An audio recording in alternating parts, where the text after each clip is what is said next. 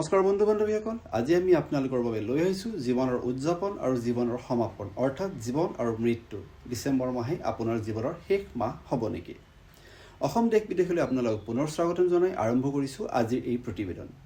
উৎসৱ আৰু উদযাপনৰ বতৰ ডিচেম্বৰ আৰু জানুৱাৰী মাহ। খ্ৰীষ্টমাছ শেষ হোৱাৰ লগে লগে আৰম্ভণি হৈছে পুৰণি বছৰটোক বিদায় আৰু নতুন বছৰক আদৰাৰ প্ৰস্তুতি।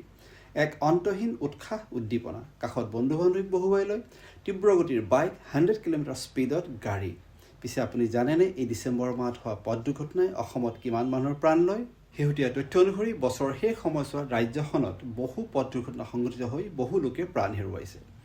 ৰাজ্য চৰকাৰে প্ৰকাশ কৰা তথ্য অনুসৰি যোৱা বছৰ ডিচেম্বৰ মাহৰ পৰা 15 জানুৱাৰীলৈকে অসমত পথ দুৰ্ঘটনাত 163 জন লোকৰ মৃত্যু হৈছে। যদিও এই সংখ্যা 2023 বৰ্ষৰ একে সময়ছোৱাৰ তুলনাত প্ৰায় 16% হ্ৰাস পাইছে, তথাপিও মৃত্যুৰ সংখ্যা যথেষ্ট উদ্বেগজনক বুলি বিশেষজ্ঞসকলে মত প্ৰকাশ কৰিছে। অকল বিগত 31 ডিচেম্বৰ তাৰিখেই একেদিনাই ৰাজ্যখনত 32টা পথ দুৰ্ঘটনা সংঘটিত হয়, য'ত 8 জন লোকৰ মৃত্যু আৰু 65 জন লোক আহত হয়।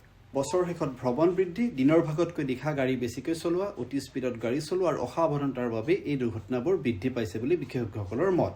যিহেতু ডিচেম্বৰ মাহত অত্যধিক কুঁৱলীৰ বাবে দৃষ্টিসীমা কম হৈ পৰে, বাট পথ নিয়ৰৰ বাবে পিছল হৈ থাকে আৰু সোনকালে অন্ধকাৰ নামি আহে, সেয়েহে পথ দুৰ্ঘটনাৰ সম্ভাৱনা অধিক বৃদ্ধি পায়।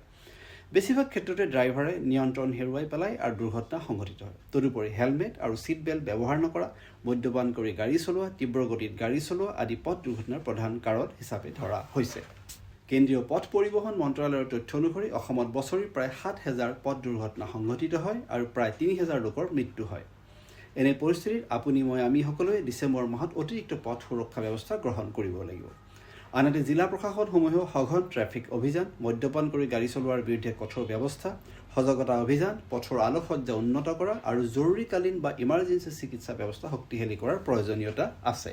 চৰকাৰৰ পথ পৰিবহণ বিভাগে ইতিমধ্যে নাগৰিকসকলক পথ সুৰক্ষা বা ৰোড ছেফটি নিয়ম মানি চলিবলৈ আৰু শীতকালত অধিক সাৱধান হৈ গাড়ী চলাবলৈ আহ্বান জনাইছে।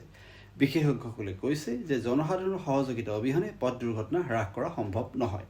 আহক আমি সকলোৱে নিশ্চিত কৰোঁ যে ডিচেম্বৰ মাহেই যেন আমাৰ জীৱনৰ শেষ মাহ নহয়। মনত ৰাখিব, জীৱন মাথো এটাই আৰু জীয়াই থাকিলে এই ধুনীয়া পৃথিৱীত উপভোগ কৰিবলৈ বহু কিবা কিবিও আছে। Speed thrills but it kills also'. ধন্যবাদ।